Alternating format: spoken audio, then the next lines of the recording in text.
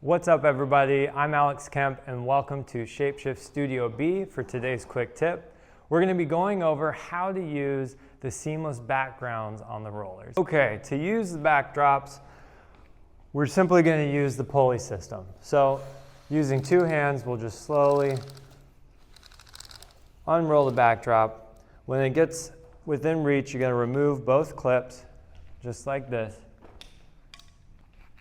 And then you can continue unrolling the paper.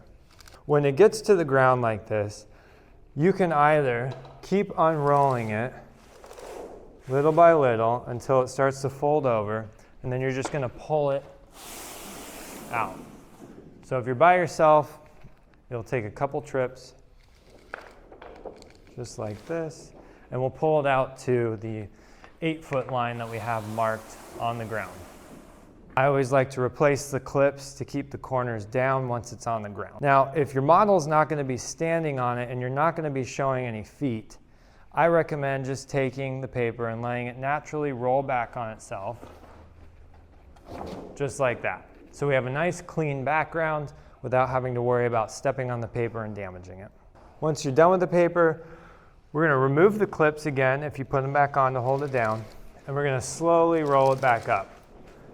It's important that you remove the clips when rolling it, just because the chains are plastic and they tend to snap under the weight. So once it's within reach, we're going to grab the clips and we'll just place one clip here and one clip on the other side. That's going to help keep the paper straight and help keep it from rolling on itself while it's up on the rack. Every once in a while, a chain will snap. And it's okay, a lot of times it's just stress on the chain. The biggest thing to know is that these don't actually snap together. They simply slide together.